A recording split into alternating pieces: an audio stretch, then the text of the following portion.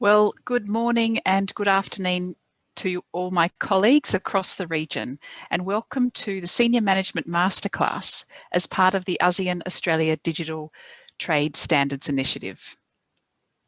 I would like to begin with an acknowledgement of Australia's Indigenous people. Performing an acknowledgement of country is an important part of the path towards reconciliation within the Australian community. As such, I would like to acknowledge the traditional owners of the Eora Nation, the Gadigal people, where the workshop is being hosted from today, and pay respects to their elders past, present and emergent. I would also like to acknowledge the elders from all the lands and language groups across Australia and all other ASEAN countries. Before I hand over to our first speaker, I would like to go over a few housekeeping rules. Just like many Zooms you would have attended in recent years, when you're not speaking, I ask that you keep yourself on mute. Also, if you'd like to ask a question, and when you enter the breakout sessions, please do turn your videos on so that we know who we're speaking to. And finally, we want this session to be as interactive as possible, and we really want to encourage questions.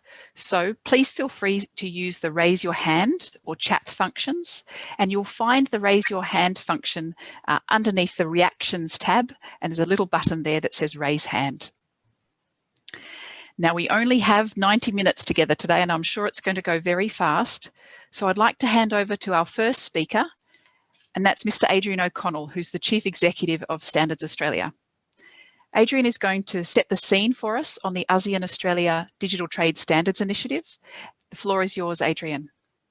Thank you, Karen, and good morning and good afternoon to all my ASEAN and Australian colleagues. As Karen says, I'm the CEO of Standards Australia, and it's my pleasure to welcome you today to the Senior Management Masterclass as part of the ASEAN-Australia Digital Trade Standards Initiative.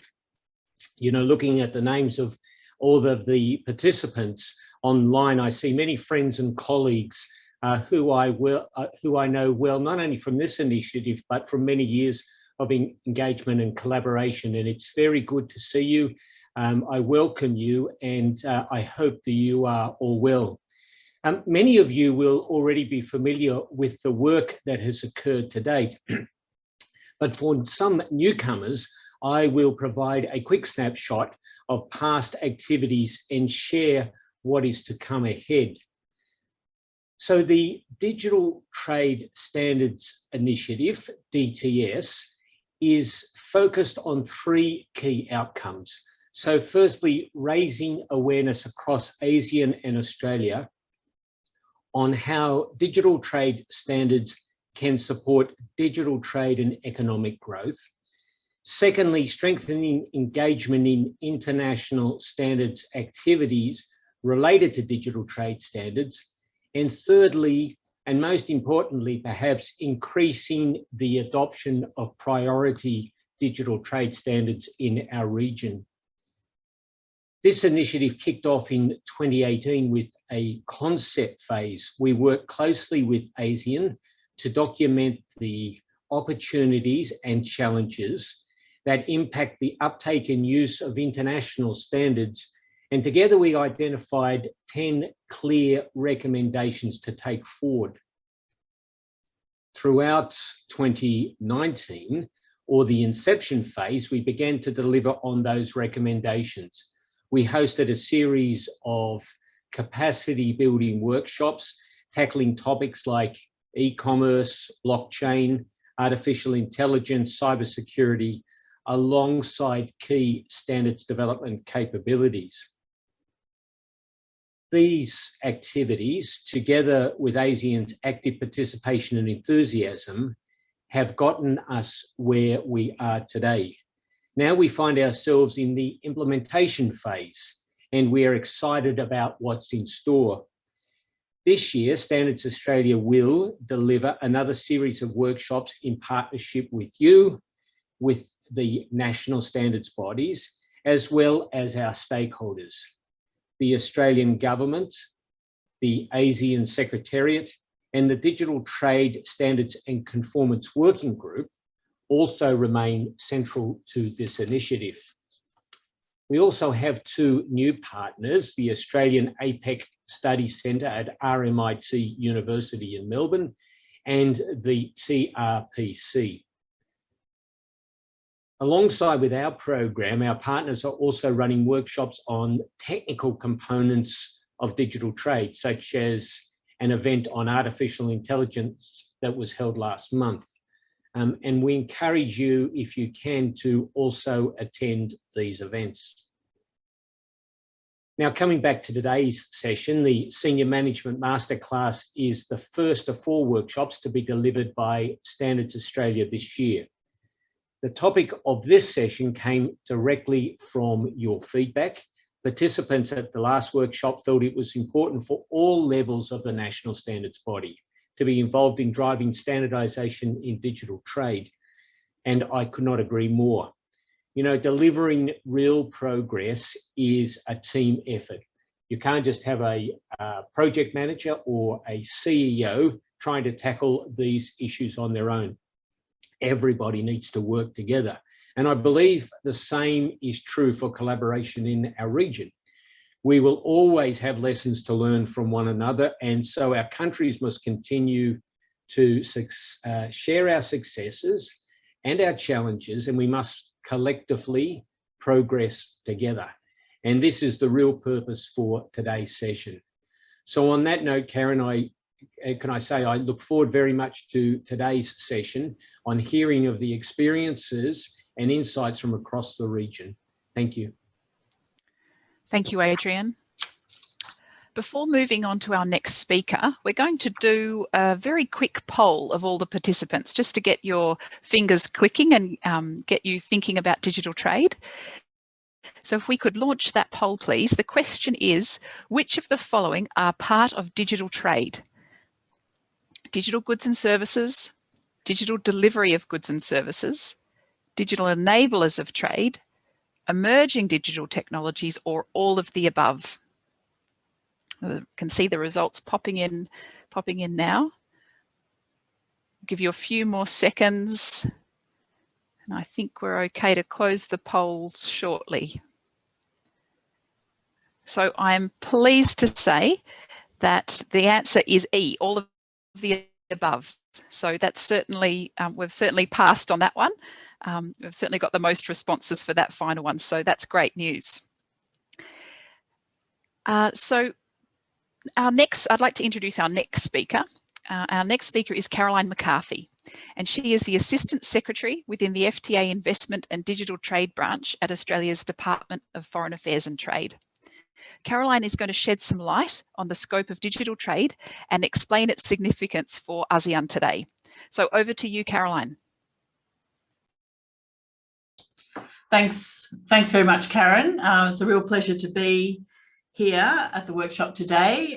So thank you so much for inviting me. So thanks to Standards Australia for putting the workshop together and for ASEAN member states for your commitment in being here today. It's great to see so many people interested in this issue.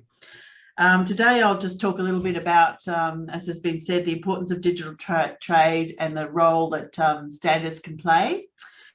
But firstly, just taking up from your survey, Karen, I'll talk a little bit about the meaning of digital trade, and I think that the survey shows that actually people, I might be able to just step over this this slide, but because everyone got the answer right by the sound of it.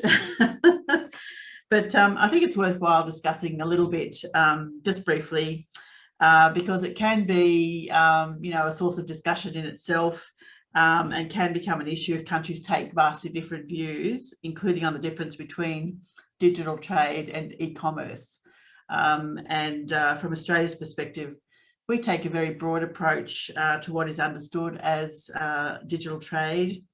Of course, it includes, you know, the buying and selling of goods online and through e-commerce channels, but we also like to emphasise that it includes digitally enabled services. So that's online education. Many of the professions can be delivered online, and also electronic facilitation of trade through things like acceptance of electronic trade documents. and the transmission of data across borders, of course, both to support business activities and as a commodity in itself. So I think with that brief outline on digital trade, I just wanted to talk a little bit about why digital trade matters. Thank you. And almost all trade in the modern world is underpinned by digital technologies. I think that's just a fact of life these days.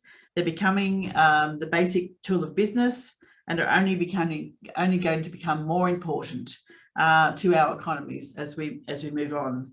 And of course, COVID-19 has just put that up in lights. The flow of data and information digitally and online is of central importance to business generally, and that's from farming in the paddock right through to global finance.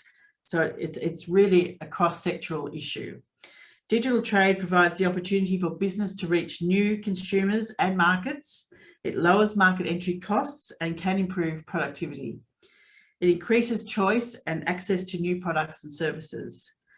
And as international trade continues to grow at a rapid pace into the digital sphere, there are many, many opportunities that will open up. Some of them are already with us, including new technologies such as AI and blockchain. And that's certainly an area I know that standards bodies have been dealing with. And, you know, what I'm describing to you is our sort of I suppose trends that were very strong even before the last 12 months, and now, you know, that's enormously accelerated, I think, through the COVID crisis. So just to talk a little bit about the COVID context, the last 12 months in particular, COVID-19 has underscored the importance of digital trade to our economies. We just go to the next slide. I think that talks a little bit about that, yes. So we can all see the effects. I won't detail them all, but it's worth noting that in Australia, it's estimated that consumer and business adoption of digital technologies has leapfrogged at least 5 years of development over the course of just 8 weeks. What we also saw was an increasing recognition of the importance of establishing consistent, high quality and trade facilitating rules to support the growth of digital and digital enabled trade. And that includes, of course, standards for digital trade. So if you go to the next slide. So why are standards important for digital trade? So let me talk a little bit about trade facilitating rules first. We know that standards for digital trade are fundamental. They are building blocks of the digital trade economy and play a crucial role in consumer trust and market confidence. And I'd like to further highlight this through the important role standards play in the digital trade chapters of free trade agreements. For example, rules that facilitate trade by digital means are key elements of those chapters. These include commitments on accepting electronic trade documents, so that's paperless trading, e-signatures, e-invoicing and e-payments. Some of these rules are newer than others, but all focus on ensuring we have compatible systems so cross-border trade is more seamless for businesses.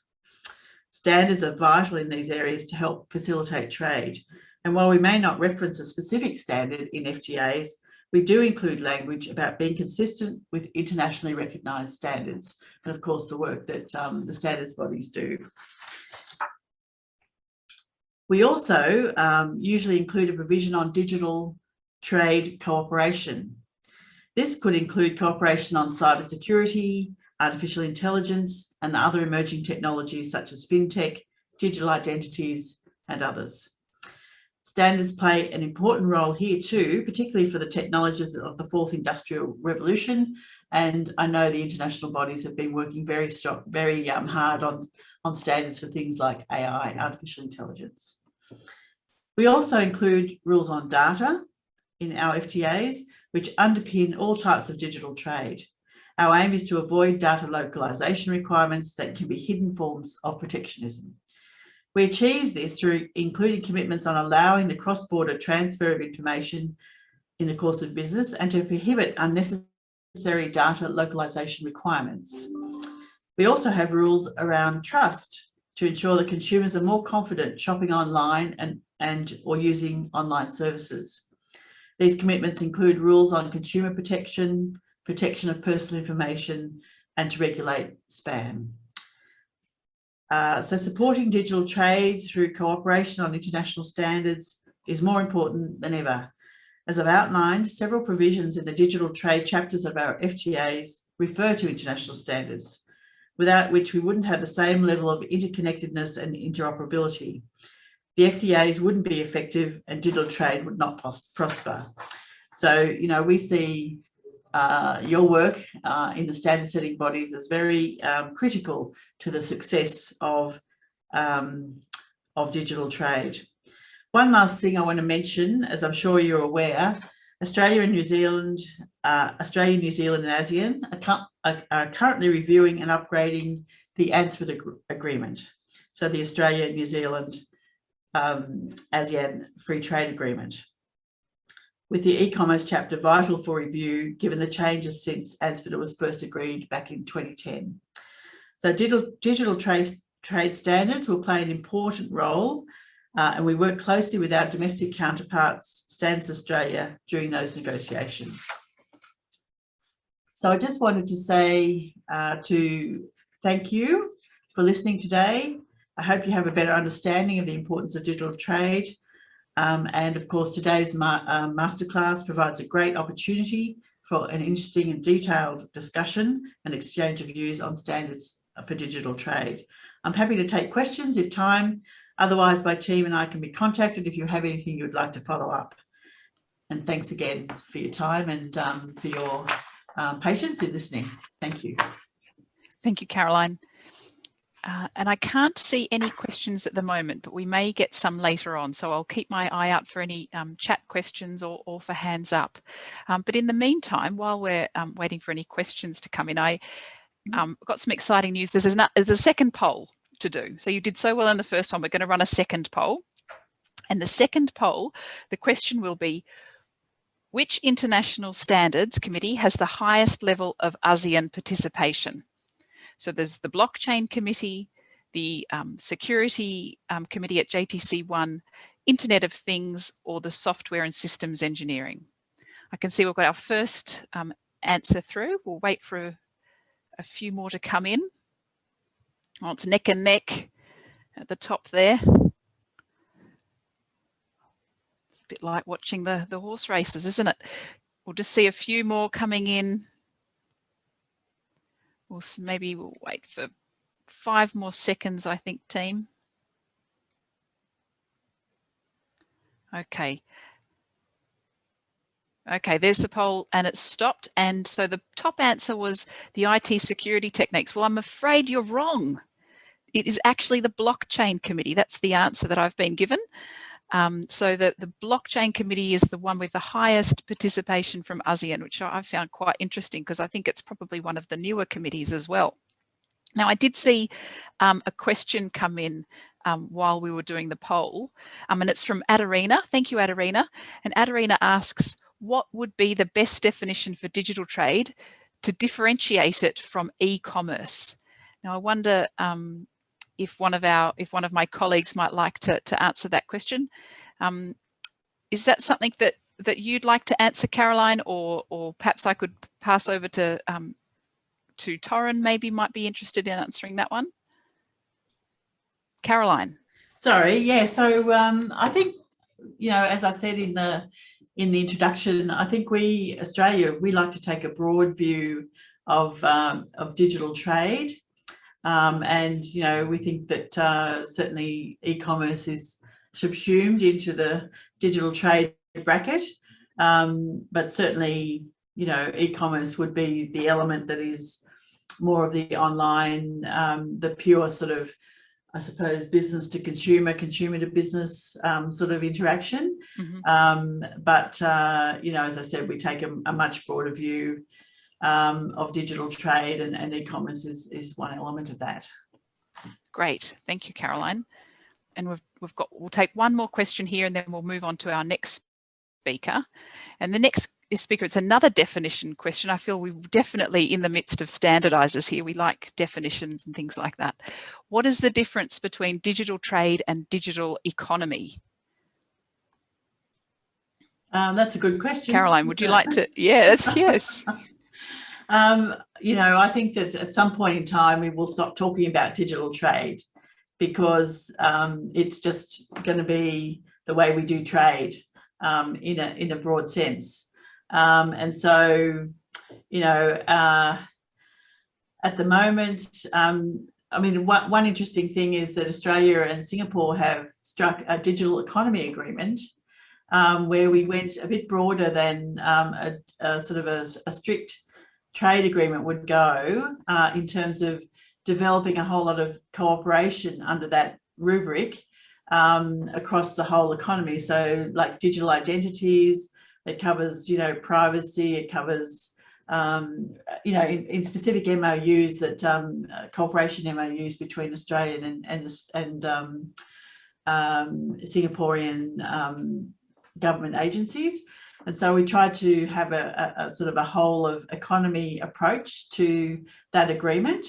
And that took it broader than our, you know, our usual sort of free trade agreements. And we had things like, you know, combating harm online, and quite a few other issues around AI ethics, for example, and a lot of cooperation on privacy issues. So, you know, I think that there is certainly a difference between digital trade and the digital economy, but they're both so much entwined that it's very difficult to sort of phase them out. And I can see that, you know, the example that we've set with the digital economy agreement between Australia and Singapore will probably set the standard going forward, in the realization that, you know, the digital economy is so important to every economy, and the natural sort of tendency of those digital technologies that we're using is to enable us to more easily reach out to the rest of the world. And so I think that, you know, the differentiation between digital trade and digital economy is sort of, it's just going to fade. And we'll just talk about trade and the economy. Trade, yeah. Yeah, that's fascinating. Thank you. That's a really great answer, Caroline. Thank you so much. Now I know that I'm going to be given the bell soon for timing, so I'm going to move on to the next speaker. And I'd like to introduce Torren Marcourt, who'll be known to many of you. And Torren is an International Engagement Manager at Standards Australia. And Torren is going to speak to progress and participation in digital trade standards with ASEAN and Australia. So over to you, Torren. Great. Thank you, Karen. And it's a pleasure to be here today presenting to all of you. So good afternoon and good morning to all of my colleagues in the region. Jasmine, if you could just go to the next slide, please. So I wanted to start off first by talking about the consultations that have occurred over the past couple months between Standards Australia and the ASEAN national standards bodies. So given that it is the third year of the initiative, you know, we thought it was really important to touch base with each of the national standards bodies individually, and to go through the workshop plan for 2021, and also to better understand, you know, the individual priorities and challenges for each ASEAN member state when it comes to digital trade standards. So as part of these consultations, each standards body also conducted an evaluation against 10 key capabilities. So that ranged from standards body rapport building to digital trade knowledge to marketing and communications activities, just to give you a taste of some of those capabilities. And the purpose of this was not to score or to rank each national standards body, but rather it was to help us, you know, identify the common areas of opportunity across the region to help shape the initiative. So of course, there are areas where standards bodies have different strengths, and in those instances, it also helps us to identify, you know, which countries would be best placed to speak as experts on certain topics in future workshops as well. So we will continue to use this information as we develop and refine the learning outcomes for the other workshops this year. And this will help us ensure that the workshop content remains relevant and tailored to ASEAN's needs. And also, I know many of you on the line today were directly involved in your country's consultations and evaluations. So I also wanted to thank each of you for your participation. Next slide, please. So I also wanted to share some of the findings from those consultations, and it was quite interesting. There were a lot of commonalities across the region, and this is what we'll look to address in our workshops and trainings. So one key area was stakeholder engagement, which is something that we've touched upon in past workshops and we'll certainly be looking at in today's session as well, and in future workshops, as it's such a key element to effective standards development and something that I think all standards bodies can continue to improve on. So many countries reported, good levels of engagement from government bodies, but it was also flagged that non-government engagement can sometimes be quite low. So this is an area of opportunity for us to draw in new stakeholders outside of government that have an interest in digital trade standards. So whether they're from industry, academia, consumers, or other stakeholder categories. And another good area of opportunity related to the efficiency of standards development processes, especially when you look at that in comparison to the pace of the technologies that underpin digital trade. So this is another factor that is also not unique to ASEAN in any way, but is a challenge around the world. So throughout the initiative, we'll continue to look at ways that standards bodies in our region can identify and implement changes to their own procedures to be more nimble and more efficient. And lastly, the scope of digital trade was also raised by many national standards bodies. And I think even seeing the questions that have come through so far, we can see that, yes, it is a very large scope. And sometimes it is hard to kind of wrap your head around exactly what is included in it and what is not. Yeah, today there actually is no internationally recognized definition either. And I understand that the Digital Trade Standards and Conformance Working Group is actively working on an ASEAN definition for digital trade. And this is also something that's being looked at very closely by our project partners as well. But from the perspective of a standards body, we have also mapped out some of the key committees related to digital trade to help kind of form that framework for what we're talking about. I hope you have all received your pre-workshop booklets. If you do have those in front of you, we have that mapping of the committees on page 4. And this list is not exhaustive, but provides some of the key committees related to digital trade. So many of these fall within JTC1, which is the joint committee between ISO and IEC, which focuses on key ICT standards. But given that broad scope of digital trade that Caroline spoke about, we've also included a few others, and we'll continue to build on this list throughout the initiative as well.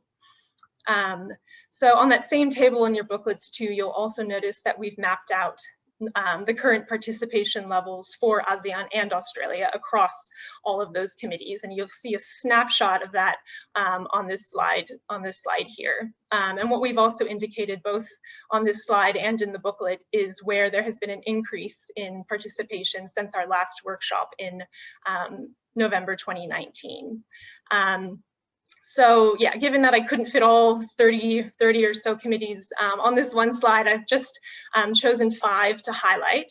And I chose kind of the high levels and the low levels. So the poll question gave away part of this already. But for example, you'll see that our highest participation across ASEAN and Australia is on the ISO Committee for Blockchain and Distributed Ledger Technologies. But IT security techniques was a close second. And you'll see, looking at blockchain, that there are 6 countries that are already actively participating, and there is 1 that is observing. And Australia also leads the secretariat for this committee, so it's fantastic to see such strong participation. And since 2019, we've seen 1 more ASEAN member state join as a participating member and 1 more as an observing member as well. And so in addition to blockchain, the other two that I've highlighted are, in terms of high participation, are cybersecurity and smart cities. And as you may remember, blockchain, cybersecurity, and smart cities were all covered in our workshops in 2019. So it's really great to see this reflected now in our participation levels at ISO and IEC. This table also highlights some areas where ASEAN and Australian participation is low as well. So for example, I've included SC35, which is on user interfaces, which currently has no participating members from our region. It has one observing member, which I believe is Indonesia. But I wanted to flag this committee because they do a lot of really important work in building inclusion and accessibility into digital trade standards. So this committee helps ensure that ICT environments cater to people with specific impairments or other accessibility requirements. And this could also include cultural and linguistic considerations as well.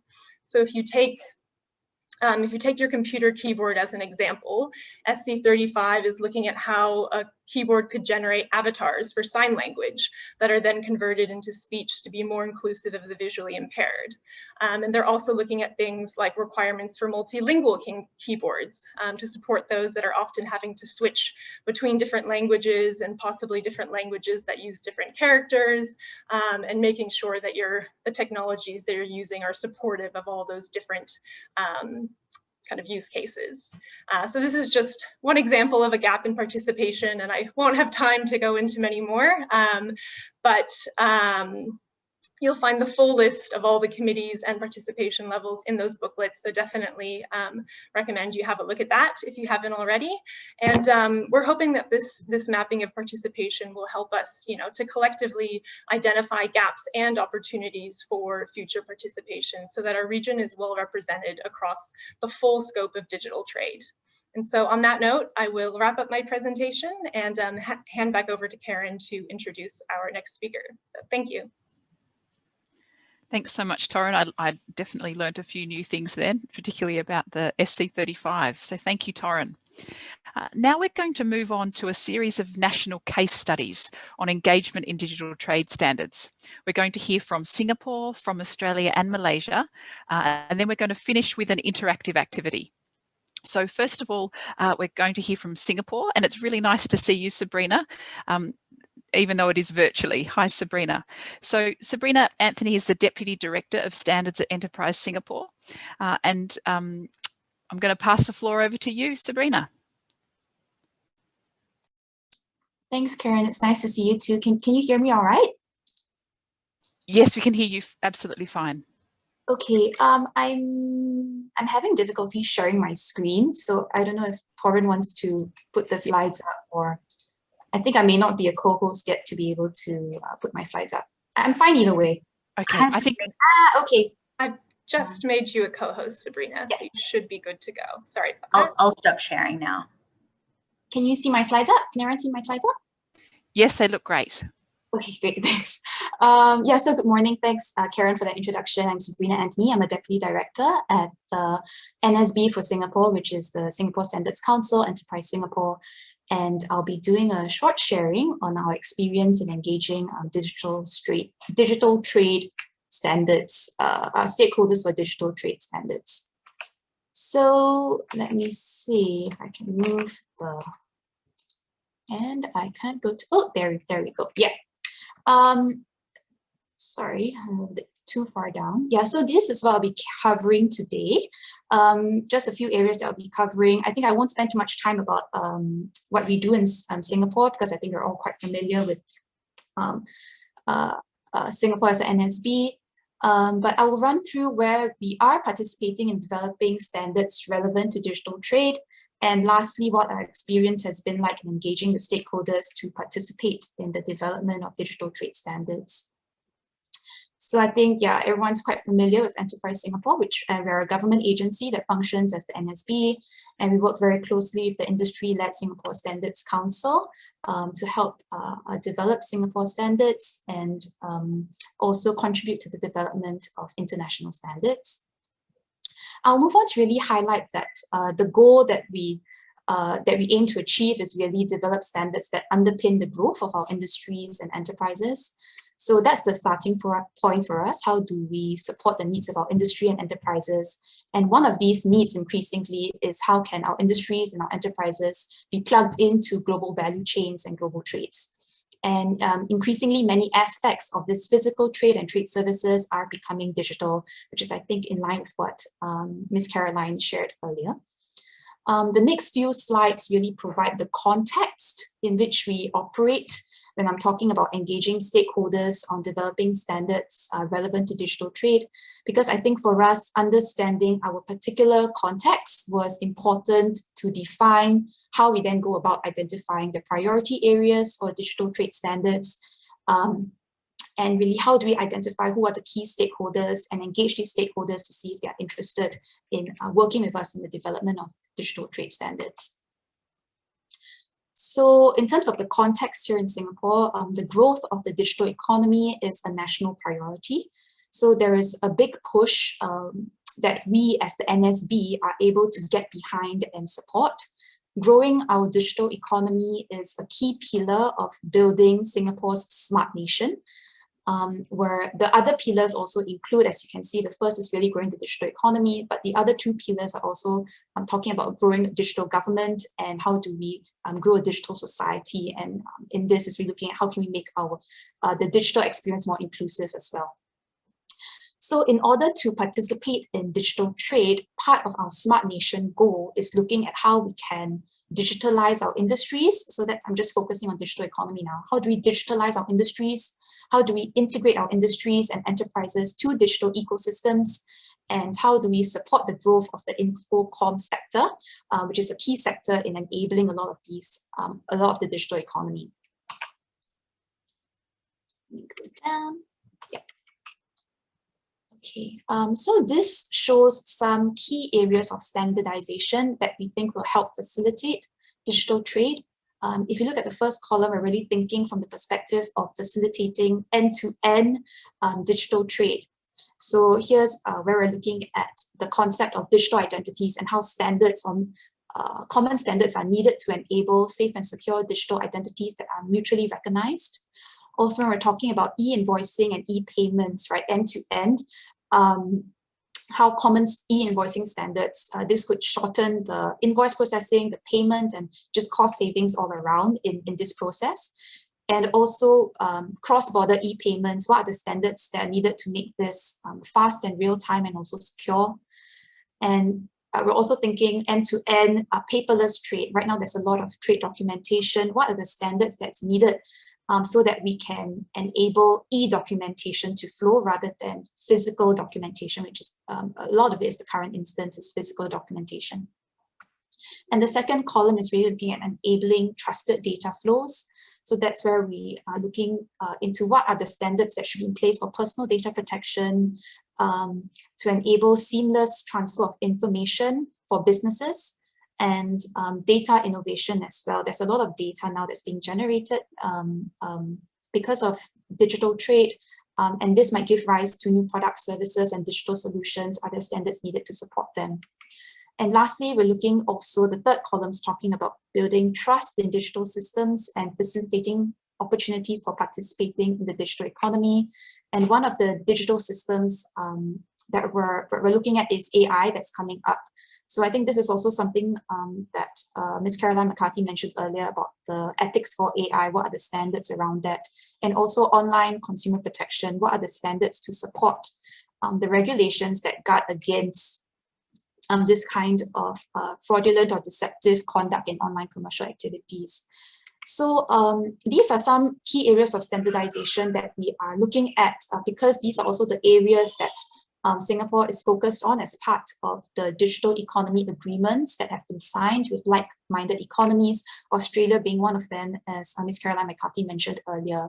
And those treaties really recognize the role of standards in facilitating interoperability between digital systems and how standards can also enhance the value-added products and services that are coming out of the digitalization of trade, essentially.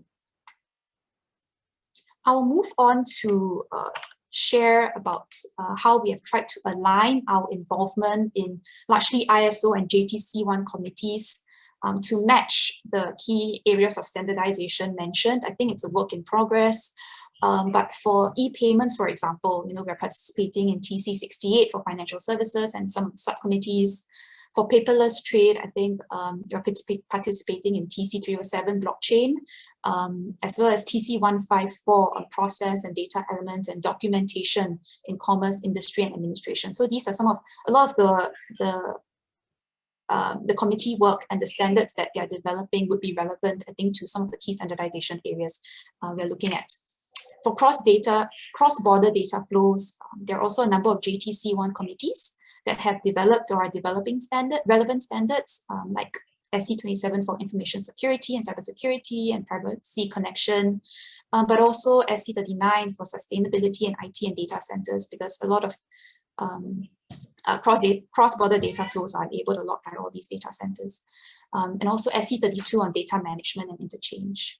And lastly, I mentioned earlier on building trust in digital systems like AI systems, and I think SC42 under JTC1 on AI is looking at a lot of these standards, and we're participating as well to contribute and also to see how we can adopt these standards in future. So our experience thus far in engaging the key stakeholders, I thought I would just share some of the key groups that we have been engaging and who have been helpful to this, helpful to us or have formed or been included in the mirror committees that are looking at some of these digital trade standardization. Definitely the government agencies, but in particular, we're looking at those sectors like the ICT sector, the government agency in charge of the ICT sector, but not just ICT, also the financial services and also the trade and transport sectors, so especially logistics, because I think a lot of what we're talking about is the movement of digitalizing, but the supporting administration of the physical movement of those goods. So that's why the trade and transport sectors are also very important to this conversation. Not just the government agencies, but of course, trying to find industry associations that can be keynotes or that we can reach out to the enterprises in these sectors. And also the academia, especially those research institutes and institutes of higher learning that are doing R&D into relevant technologies like blockchain and AI and data innovation. We've also tried to reach out to them to share with them what are the standards that are being developed and whether they would like to contribute and be part of the development of those standards. I'll just wrap up my sharing with a couple of slides on the challenges that we faced and some learning points. And these learning points are essentially the measures that we have tried to overcome some of these challenges. I don't claim to have all the answers, and actually I'll be very interested to hear from any other members here, if you face similar challenges and what maybe other measures that you guys used that were successful, to overcome some of these challenges. So I think one of the key challenge we faced was that we did not have, like when a lot of the ISO proposals came up to form new TCs or SCs for new areas like AI or even blockchain, when these proposals were launched, we did not have an existing national committee that was ready to really contribute to the development. And so in a way, we were kind of playing catch up, I guess, in that sense, in terms of the engagement of our stakeholders. And the second challenge was that in more unregulated sectors like fintech, it can be challenging to identify and bring together the stakeholders to form a representative mirror committee. Also because the nature of this sector is so dynamic and it's evolving so fast. And it's hard to define as well what goes into fintech. So then there is a challenge to then say we form the representative mirror committee. So, I mean, notwithstanding these challenges, what we did to try and overcome it was that we really tried to engage what are the relevant associations out there, known, I guess, associations out there who are have members or have industry organizations that are in these sectors, be it blockchain, AI, or fintech. And then and sometimes we also have to go at a firm by firm level where we are aware, perhaps because they gave media interviews or they spoke at certain events, so we know that certain firms are active in this space. So we will also engage at a firm by firm level. But of course, it's kind of hard to do it one-on-one. So a lot of times we try to leverage focus group discussions to try and engage a few organizations at one go to share about what are the ISO and JTC1 standards and the committee efforts. and share about how they could get involved through the Singapore Standardization Program to contribute to the standards and also to adopt these standards. And a lot of times we try to leverage these people that we have engaged to link us up with other relevant stakeholders. So that's a way that we try and do our best to try and engage as many of the stakeholders that we can, so that to raise awareness really about the standards that are being developed. So the next challenge that we faced was that sometimes when we were engaging them, some stakeholders did not feel prepared to contribute to international standardization efforts. I think if you're looking at some of these sectors, they may be smaller companies, startups, or SMEs, and they may also not see the value in participating early when the committee had yet to be formed, or the committee had yet to identify specific standards to be developed. So that was also a challenge that we faced when we were engaging with stakeholders. And for some new transformative technologies, blockchain, AI, the use cases and the applications can still be quite nascent in the industry. So the stakeholders may not know what's the complete impact that they might feel. And we also might not have a sense of which are really the stakeholder groups or the industries out there that may be impacted by this technology. And it might shift over time, right, as the technology evolves. So, I mean, this is just a challenge that we face. What we did was, in a way, we tried to, I guess, segment the stakeholders. So we encouraged stakeholders that were most impacted by the technology at this point in time, or who were maybe actively shaping the technology developments, because they, for example, are looking at blockchain solutions. So we encourage them to join the Mirror Committee to participate in the international standards development. But for sectors where the applications of the technologies may still be unclear, it could be like, for example, I think the legal sector, they're not quite sure about how blockchain would impact them as yet. The stakeholders may not be keen to commit at that point in time. We then invited them to be resource persons to the Mirror Committee. So we ensured that we kept their contacts and we kept them in our minds, and we would engage them if there were new developments on the standardization front.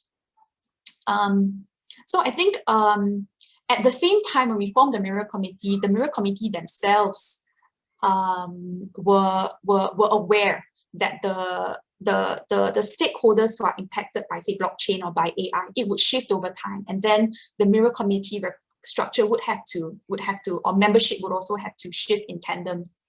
And they were also aware that the members themselves were aware that we should make every effort to try and engage the industry regularly to keep them updated about what's happening in these ISO committees.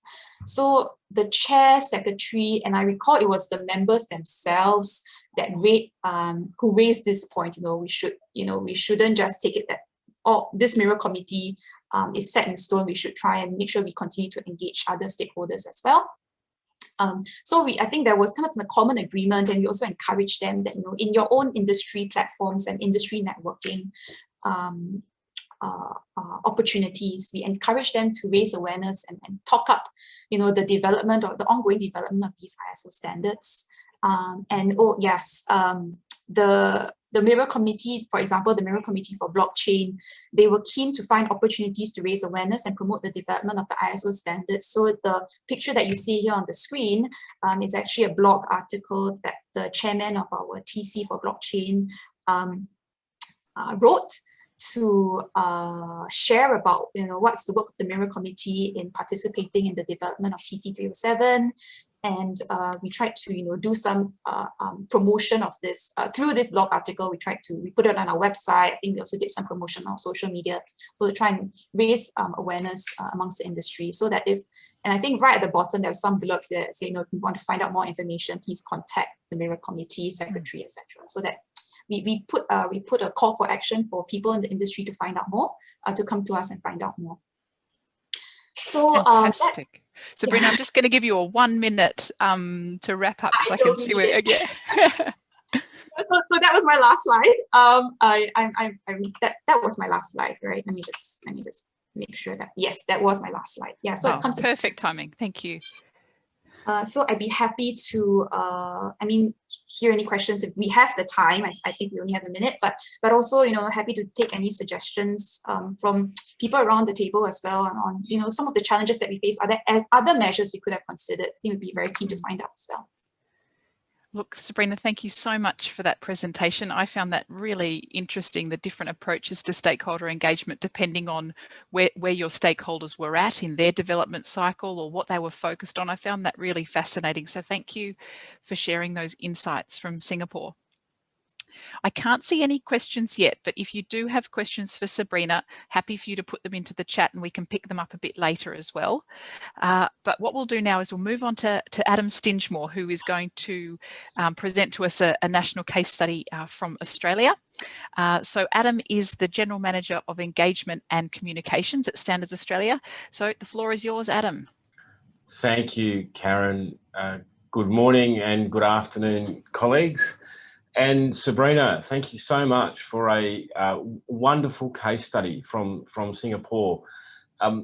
It's funny how many of the challenges that you face are also faced by us in Australia. And I think for many of our colleagues around this virtual table this afternoon, just hearing each other's experiences is almost ratification that sometimes it can be quite challenging to engage with stakeholders in new and emerging areas of work.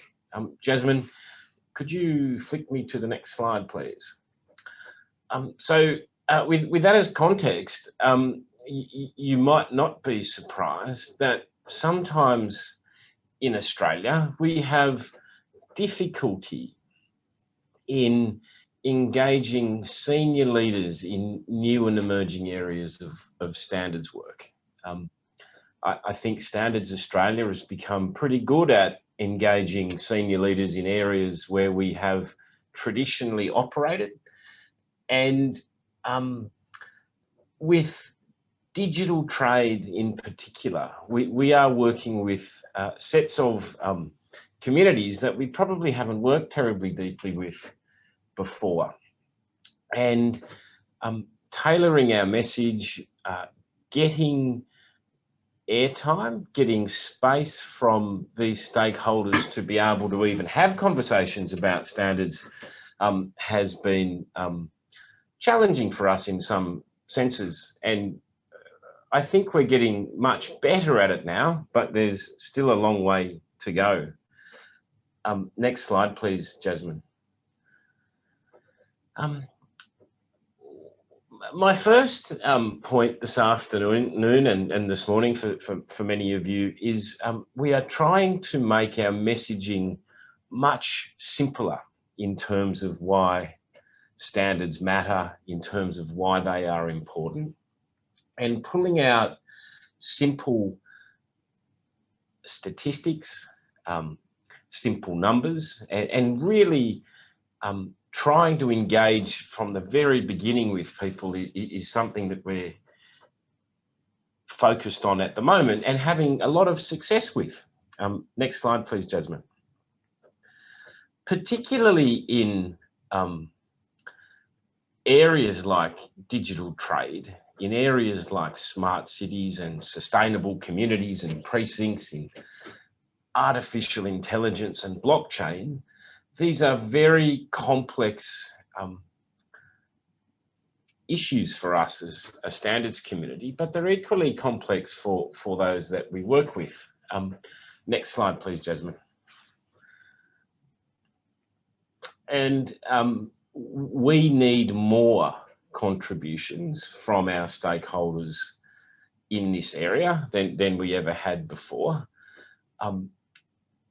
And we say in Australia that it's really, really important that we are working with these new communities now as we are shaping things like foundational standards that will be with us for a long time.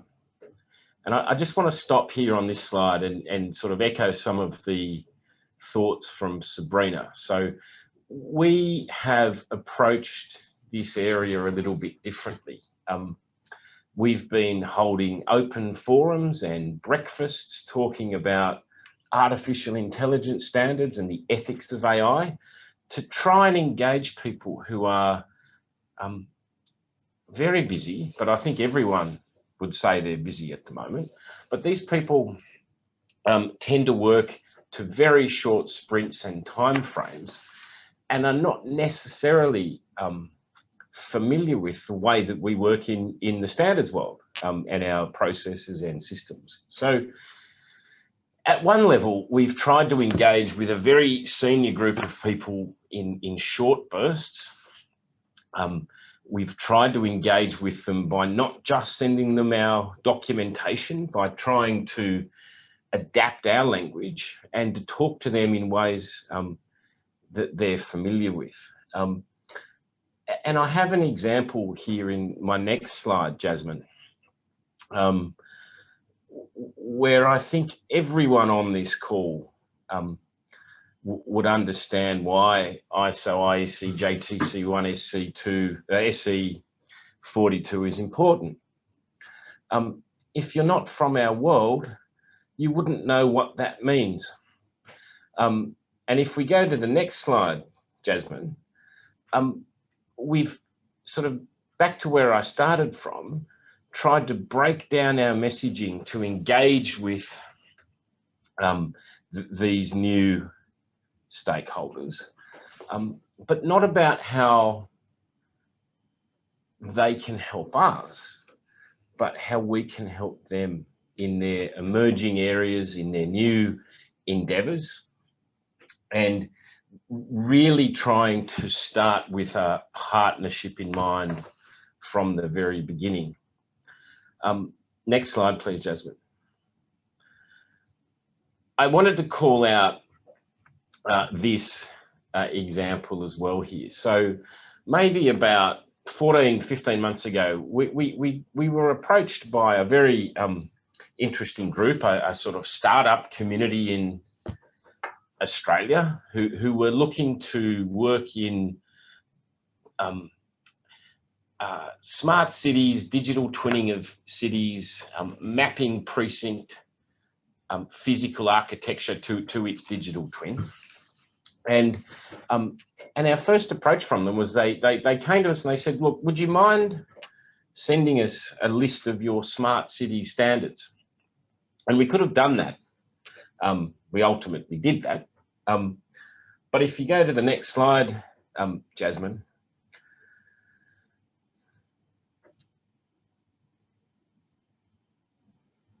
we took a bit of a different approach and sat down with them and said, well, yes, we can do that, but it's a very big topic that you've approached us on. How can we help you? Why are you interested?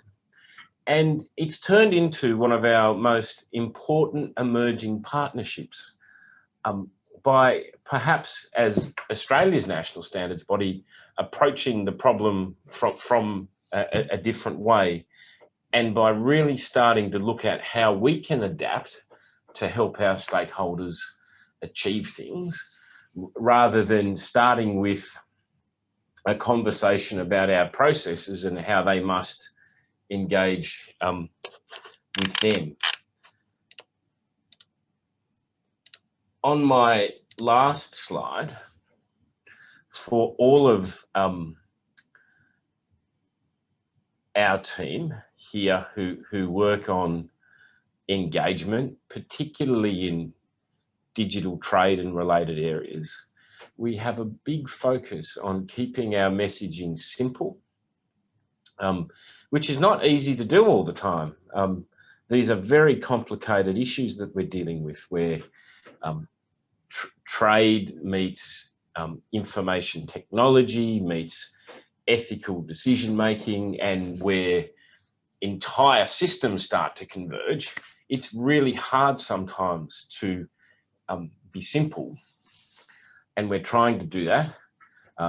Like Sabrina said, a lot of social media for us, different types of conversations and roundtables that we hold with different people, and sort of associated with that trying to make the work that we need to do as Australia's national standards body relevant to the people who we need to contribute. So Karen, they're my comments from an Australian perspective this afternoon, and handing back over to you. Thanks so much, Adam, for that message.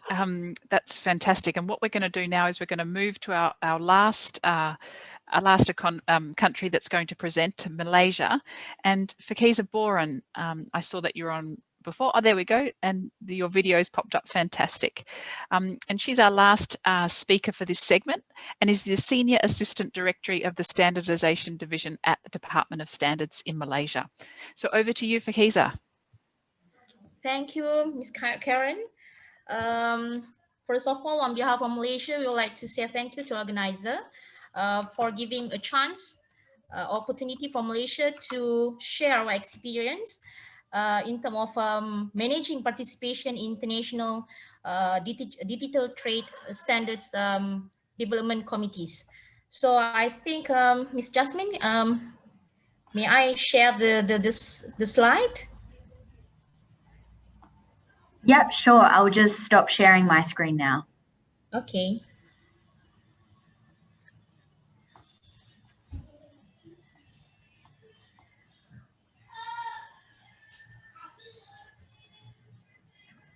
So can everyone see the screen, my slide on the screen?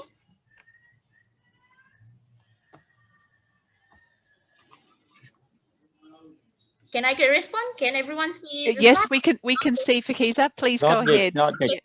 Thank you so much. Okay, so I'm going to present on our experience of managing participation in international DTS development. So first of all, I think I would like to share our infrastructure of standard development in Malaysia. So basically, this is our governance structure here. Actually, it's cover our two main roles as a national standards body and also as a national accreditation bodies.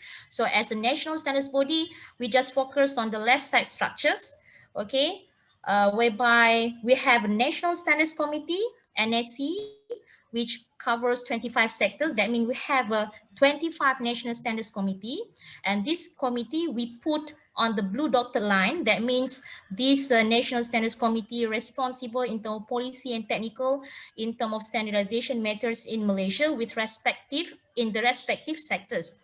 So under each National Standards Committee, they have their own technical committees and working groups. And this NAC will report to our council, Malaysian Standards and Accreditation Council, MSSC, which play advisory role to our Minister of MITI, Ministry of International Trade and Industry. So our Director General play as an ex officio in this council. So that is our governance structure of standards development. So what is the 25 sectors that I'm talking about? This is actually the list of 25 National Standards Committee. So we have a National Standards Committee on Agriculture, stands for NECA, and NECB on Chemical and Materials, C, Consumer Interest, so on and so forth. But I just want to highlight that we have a specific or special committee on the Information Technology, Communication and Multimedia, which look majoritarily on the digital trade. Okay, so in terms of digital trade, of course, they are cross-sector, for example, logistics, like Sabrina mentioned. So, but most of it is on the digital part is governed by this NACG. Okay, so this is a membership of NACG, our stakeholders in terms of information, communication, technology, and multimedia. We have 3 ministries here. Ministry of Communication and Multimedia, Ministry of Science, Technology and Innovation, Ministry of International Trade and Industry, and the rest are from the government agencies, companies, association, professional bodies, and academicians. Okay, so actually they are representing 4 categories of interest, which are general interest, producers, regulatories, and users. Okay, so that means this membership, we need to ensure that this balance in terms of representation of stakeholders. Okay, so this is the internal structure of NSCG. We have the NSCG itself as a mom to the technical committees. So we have a TC, and then WG. So this is a common structure, I think. Even in ISO, at the IC levels, they have a common structure like this. Even the cross-country also have a similar structure like this. So this is our national structure. And after this, I will show you the link to the international committee. Okay, so this is the participation of Malaysia in international technical committees related to digital trade, which I focus on the ISO-IC JTC1. And beside ISO-IC JTC1, as Torin presented before, of course, Malaysia is also a part of P member in the ISO TC 307 on the blockchain and DLT. Okay, so this is a P member. Okay, Malaysia participating member. We have 5 committees that we are P member. Of course, the main one, we are P member ISO-IC JTC1, Information Technology. We are P member SC7, Software and System Engineering, SC17, Card and Security Devices for Personal Identification, SC27, Information Security, Cybersecurity and Privacy Protection, and 37, Biometrics. So 17777. So all of these we are P member. And also we are all member in 8 committees under JTC1. So SC2, SC6, SC22, 24, 29, 31, 34, and 40. So I'm not going to read all the titles of the committee, okay? So the first question is how to identify priority areas of digital trade standards, okay? Especially how we determine which committee that we need to actively participate. Okay, so we have 3 main questions here before we decide to be actively participate, observing, or maybe non-member to that technical committee as the ISO or IC. Okay, so first of all, we need to answer what is our national policy on digital trade. Is it available or not? Do we have any national concern, issues, focus? Because, for example, if our national concern or focus is to develop a digital trade platform, for example, then of course we are going to, our national will develop a roadmap, framework, policy to govern this concern or issues. So after that, we are going to the next questions. Do we have expertise? Do we want to get involved actively? That means to become P member or to follow the technology, maybe as an all member or non-member to that technical committee. So after that, we will identify who are the stakeholders for that particular issues. Okay, so after we gather those information, the secretariat, or which is my team, will prepare the proposal and table to the NSCG, which is the committee that responsible to monitor or manage the standardization activities in terms of ICT and multimedia. So NSCG will decide Malaysian participation at DTS development committees, and they is the one that will decide who will be the national mirror committee. Which committee? It's either to establish a new one or to assign the existing technical committee to be as a national mirror committee. Okay, so this is actually previously the blue one is our national committee, NSCG, TC, TCC, and then we have a green one and yellow one. So the green one is actually the international committee that we are P member, and the yellow one is the O member. And I think we have a light blue, which is actually we are going to be a P member. So in the process right now. So this is actually the link between our national committee and also the international committee. So for example, we have TCG5, which are linked to the ISO-IC JTC1, SC27. That means this TCG5 is actually act as the national middle committee. So TCG5 will consult any or review any documents that discuss under the SC27, and they will represent Malaysia voice or ballot. Okay, so how to identify stakeholders with an interest in digital trade standards? Okay, so as national standards body in Malaysia, of course, the ASEAN is the responsible body to ensure that the stakeholders are engaged during standards development process, including the field of digital trade, through the establishment of standards development committee. So as I presented previously, we have three main ministries inside the NSCGs, and I think these three ministries have their own stakeholders, and they know their stakeholders very well. So they will advise us with certain issues. So these are the stakeholders. These are the right stakeholders that need to be involved in the committee. So we are going to have a close relationship with ministries, agencies, association, professional bodies, and academicians. So as of now, since we have this National Standards Committee, as of now, we don't have any issues pertaining to the identification of stakeholders to be involved in the SDC. And the committee itself will suggest the right stakeholders to be in, okay? So what were the successes and the challenges? Okay, so in terms of successes, we have the internal policy whereby we will strongly encourage the committee or industry to use the international standards directly, especially when it deals with the fast growing technology, especially like digital trade standards. Okay, so without adopting the international standards as Malaysian standards. So the question is how Malaysia ensure that the industry in Malaysia can comply with that international standards. The answer is through the active participation in international standards development.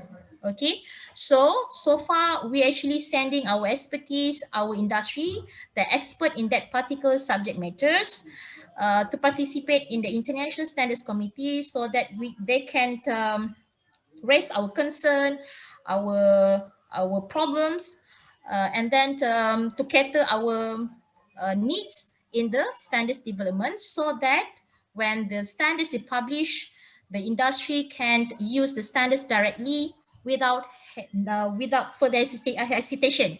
Okay, without any hesitation. Okay, so in terms of challenges, I think similar with the Sabrina shared. Of course, in terms of in the certain subject matters, we are lack of expertise. Even, for example, in the SC27, there are lots of projects discussed under the SC27, and sometimes we don't have expertise for that particular subject matters.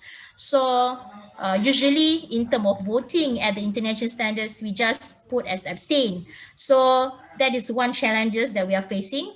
And then of course, low commitment from individual person organizations, and then low interest in standards development because they are not aware on the importance of standards. So that one, we cannot deny it. And then after that, public also do not know how to get involved in standard development activities because maybe they are not aware on the public comment period, or maybe there are they don't have any idea that, oh, this is our national committees they're representing in Malaysia in international standards. So actually what we did, we do the public awareness, general public awareness on the importance of standards, not just for the employees, but also for the students.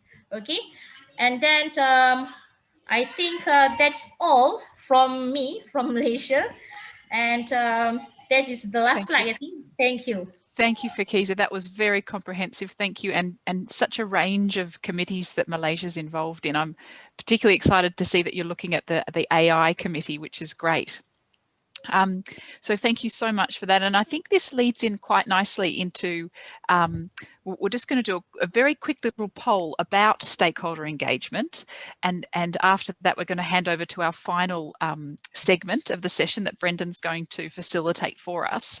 But first of all, here's a poll here that we'd love to get. There's a final poll for today. And where is your stakeholder engagement on digital trade standards currently the strongest? So which stakeholder group do you have the strongest participation from at the moment? So those results are coming in. That's clearly industry and government are the strong areas for engagement. And we've got a few more votes to come in, hopefully, having a bit more of a think about it. Give you a few more seconds. And there's certainly a very clear leader here. Okay, we can probably close that. So look, it looks like everyone's very well engaged with government with the digital trade standards, which is, I don't think that's going to be a surprise to anyone, closely followed by industry and commerce. So thank you for sharing those responses with us. And look, I know we're running short on time, so I'm not going to do any more talking. I'm going to hand straight over to Brendan. He's going to run the last segment of our masterclass today. Brendan Slowey is our International Learning Specialist at Standards Australia. And Brendan is going to be taking us through how to identify stakeholders with an interest in digital trade standards and how to build support and participation in digital trade standards from stakeholders. So over to you, Brendan. I'm looking forward to this session. Okay, fantastic. Thanks a lot, Karen. So I think the identification piece, hopefully we all got a copy of the workbook pre-session. There was some pre-workshop activities. Some of the stakeholder identification activities will actually be done in the post-workshop activity, and I'll introduce that a little bit later. But one thing that I just really wanted to go through today is we've gone through a lot in today's workshop. It's a lot to pack into an hour and a half. You know, we've covered, you know, what digital trade is and why it's important to the ASEAN region. We've heard from Sabrina, Adam, and Fakiza just around some of the challenges and some of the success stories they've had with engaging with stakeholders when it comes to digital trade standards. So what we'd like to do, just to finish with today's session, just a really quick activity that ties everything together. So you as senior leaders in your organisations, often you're responsible for generating stakeholder interest in standard initiatives. And we would love you to leave today's workshop with some key messages and benefits that you can use in discussions with potential stakeholders to increase their interest in digital trade standards. So what we're going to do is we're going to divide you into 5 different groups, and we're just going to have a brainstorming discussion. Jazz, could you please go to the next slide for me? And what we'd like you to do is have a discussion around, I guess, the content of today's presentation. So in your groups, we want to brainstorm some key messages or benefits that you can potentially, that you can share with potential stakeholders. You know, what are the sorts of things that you could highlight that would generate their interest in digital trade standards? And also, you know, how can you ensure that we're really inclusive of the different perspectives that's required to develop a really robust standard? Now, can I just quickly have a show of hands, or you can use the chat function. Can I just make sure everybody's used breakout rooms before? If you could just maybe, has anybody not used breakout rooms before? If you could just let us know in the chat, just really quickly.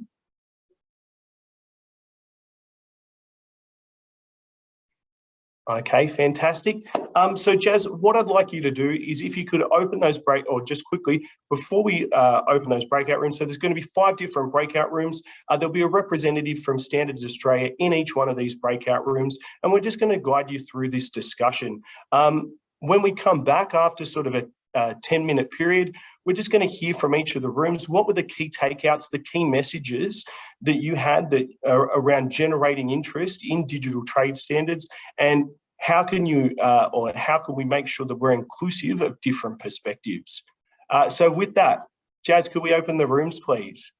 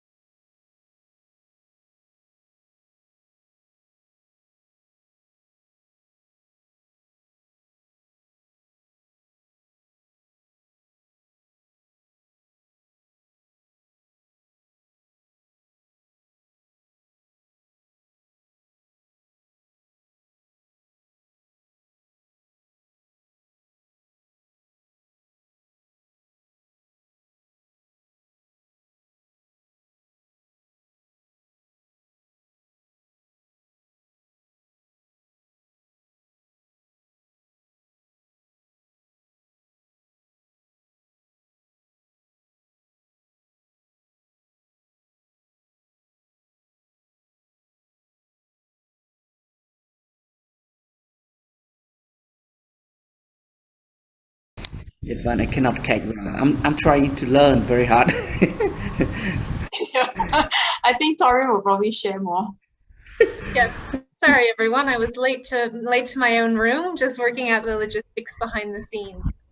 So who do we have on the call? We've got Cambodia, Brunei. Avelino, I'm not sure we have met before. Which country are you joining from? Hello, I'm from the Philippines. Okay, fantastic. So yeah, I know we're tight on time, so just to jump, I guess, straight into the activity. It's all about taking the content that we've gone through over the past hour or so and trying to look at how we might apply that. So what are some of kind of the key messages or strategies that you would use to reach out to new stakeholders? And so I didn't mean to end up in a group with two of the presenters, and they've already provided, you know, some excellent tips on that. But I was wondering, maybe from Cambodia, Brunei, Philippines, if there were any. Did you have any key takeaways that you will look to apply in your countries, or even on the flip side, if there were any strategies or key messages that you have used in your countries that have been quite successful when looking for stakeholders with an interest in digital trade, or even if you've had strategies that work well in other sectors as well. So with that, I might open the floor if anyone had any initial thoughts on that. Yeah, Sarita. Hi everyone, I'm Sarita. I'm from Brunei. Actually, for this morning session, it's really interesting by hearing from Sabrina's side regarding about how Singapore are actively engaging in implementing the digital trade. And thank you again, Sabrina, for your brief presentation just now. Okay, in regarding about how we actually handle our current situation with our digital, how can we say it, the working group? Okay, as I did mention before to Torin during our previous session, it's just that we are having problem engaging or interacting and actually getting some integration from the other sectors, not only from the government, but also from the industry players. So by providing an understanding of what I have heard this one, I think that Brunei can now go forward with the approach that was given, especially from Singapore, and as well from Malaysia, in the perspective in terms of how we can actually apply digital, our engagement with the international sectors on this one. Other than that, I can just say that I just hope that this digital trade can actually give an uplifting to ASEAN countries, especially by looking digital trade as a positive, trade facilitation. You know, I do understand when we're talking about trade facilitation, we're talking mostly on trades and services, and as well in trades and goods. Yeah, I know that trades and goods are now, trades and services are now more being implied when it comes to like e-commerce and so on like that, compared to the trade in goods. So I think that's my giveaway for or my key messages for this morning to this session, to this group. I hope my my feedbacks for this could actually help the other participant as well. And then again, thank you, Standard Australia, for actually giving us an opportunity to have better understanding about what this digital trade is all about. I think that's all. Thank you. Did any of the others want to share some of their thoughts? Cambodia or Philippines, or Adam and Sabrina, if you have additional thoughts you wanted to throw in? Not for me. Okay. And I'm not sure if Sok Lang is there. Viriak, is Sok Lang on the call with you? Are you both attending from the office together?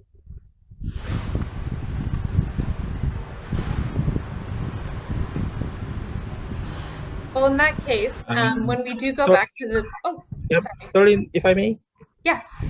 Yeah, actually, we have the same challenges that we faced with the Philippines, and actually, we observed before we have physical meetings with our stakeholders. The challenges were on how they attend physical meetings, but for this pandemic situation, we utilizes the what we call the online platform meetings, and we did have a advantage on it. So our stakeholders attendees or participation in our committees are increasing. So that's the advantage of utilizing the online platforms brought about this pandemic. And would like to comment on the Miss Sabrina's presentation about the digital economy, Singapore's Smart Nation goals. Do you have any roadmap or framework on these three pillars? Is it publicly available? Hi, Evelino. Thanks for that question. And actually, just on your first point about because now with the pandemic, then a lot of people could go on. As in, they allow for virtual participation to the technical committee meetings, right? Yeah, I think I'm not quite sure about the rest, but for Singapore as well, I think more of our mirror committee members were able to participate. Like last time, it was hard to get them to travel. Sometimes the meetings are in Europe or quite far in the US. So it was expensive and it was hard to get them to go. Yeah, but now I think, even though I think it's quite odd timings, but I think we saw more of them able to participate, which is good. Yeah, because then it's not so taxing on the representative to come back and report and all these kind of things. Yeah, then on the Smart Nation plan, yes, there is a Smart Nation plan. It's publicly available, but I can direct message to you the link. Let me just find it on the internet and I can send it over to you. Okay, thank you, Sabrina. No worries. Yeah, thanks. All right, I can see we have our countdown. I'm not sure if we're going to have time to report back to the group, but I just wanted to check if we do have a time for a very brief report back. Is anyone keen to share some of our discussions? Sarita, I'm conscious that I've already talked a lot in the session. I don't want to put you on the spot, Sarita, but you had some excellent points and we can build off those. We might not even report back, so we might not even need to worry about it, but if you're not comfortable, that's okay too. Okay, well, looks like we have 10 seconds, so I'll see you back in the main group. Thank you, everybody.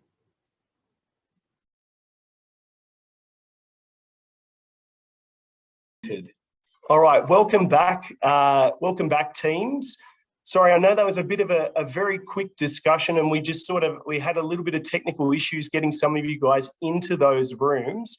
But what I'd like to do, so I'd just quickly like to go around it and just talk about some of the key talking points that came out of each of those rooms. So we might start with Karen. Could I ask you, what were some of the key discussion points that in your room, just around how we can potentially what messages can we share to increase stakeholder involvement in digital trade standards? Well, I guess the main learning from my breakout room was just really what we covered at the beginning, was just understanding the breadth of digital trade, and in the countries that we were talking about, they hadn't really there wasn't really a huge understanding of digital trade and its breadth. So it was just a really good to hear from other economies about what they were doing, and just they were starting from a blank canvas. So it was great to hear this because it gave them ideas of where they might be headed. Fantastic. And can I just quickly ask, was there any was there any discussion around how we can make sure that we're very inclusive of different perspectives when it comes to those standards, Karen? We didn't get onto the third part of the question, I'm afraid. No worries. Thank you so much. Torrin, we might go to your group next. Sure. So, I mean, it sounds like our conversation was similar to Karen's. We spoke a bit about yeah, just how to approach such a broad topic, and there were a lot of you know, thanks given to the presentations that we had from the national case studies. The Philippines also brought in kind of an interesting point about how COVID-19 has changed the approach as well, and how you know, having virtual meetings allows new stakeholders to participate that couldn't before. So in a way that has brought in new inclusion in the process as well. But yeah, similarly, we didn't quite get down into the key messages. So perhaps next workshop we'll do 2 hours. Yeah. Claire, could I come to you next? No problem. So we were having a good discussion in our group just about the complexity of the issues and the importance of engaging from a lot of different stakeholders in the groups. We can see from our colleagues in Laos, they've got lots of people there in the room. So taking some really productive steps forward to bringing together those stakeholders. And there was a really excellent point made to leverage those existing institutions such as the ASEAN working groups and things like that to make sure we're getting that diversity of opinion. So really good discussion in our group. Fantastic. Jasmine, your group. Hi all. We had a very quick discussion. Just quickly, we discussed our shared challenges, and probably two of the biggest ones was conveying the value of DTS to stakeholders and also identifying the right experts. We were talking about how there are few and hard to come by. And we are looking forward to learning about some techniques and how to engage these stakeholders. Okay, fantastic. Look, I can only echo just what's been said from the other groups. I think just one of the key talking points that I heard in our group that I don't think's been raised yet is just making stakeholders really aware of the types of tools that we have that can help them out, that they can see what digital trade initiatives are ongoing and how they can actually get involved. So I am cognizant of your time, and I know we're running a little bit over here, but Jaz, you can go to the next slide here.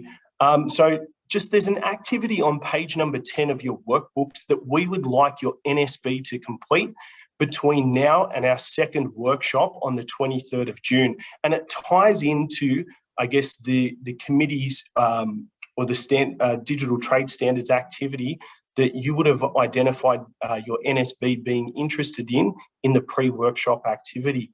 Now, there is a tool that we've provided you that will help with that activity, particularly around ensuring that your committees have a good balance and how to prioritise which stakeholders to engage. We will include instructions on how to complete that post-workshop activity in the email that we send you shortly after this, along with instructions of how to actually use that tool. But if you do have any questions at all, once you do get that email, I'm happy to reach out to your NSBs individually and walk you through exactly how to use the tool. Karen, I'm so sorry. I know I ran over just a little bit there. No. I'll pass back to you. No problem, Brendan. And sorry to have given you a shorter time period than you were allocated. That was the problem.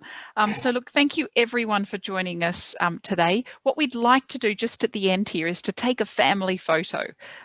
We would love to do that. So if you can turn on your cameras, we'd love to take a picture just to just as a record for our workshop. That would be fantastic.